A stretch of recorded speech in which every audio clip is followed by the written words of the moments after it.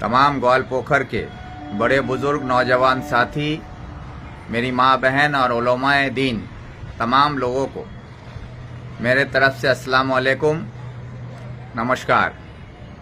मैं आप सभी से गुजारिश करता हूँ कि आने वाली 5 तारीख दोपहर के 3 बजे शनिचर के रोज़ गोती हाट में एक मीटिंग बुलाई गई है।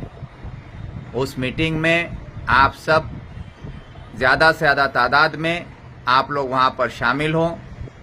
मौजूदा ग्वालपोखर की सियासी हालात और हमारे इस्लामपुर सब डिवीज़न की जो सियासी परेशानियां हैं और उसके साथ मगरबी बंगाल की हुकूमत जिस परेशानियों में हमारे लोगों को या बंगाल के लोगों को मुब्तला कर रही है, उसके बारे में बातें की जाएगी।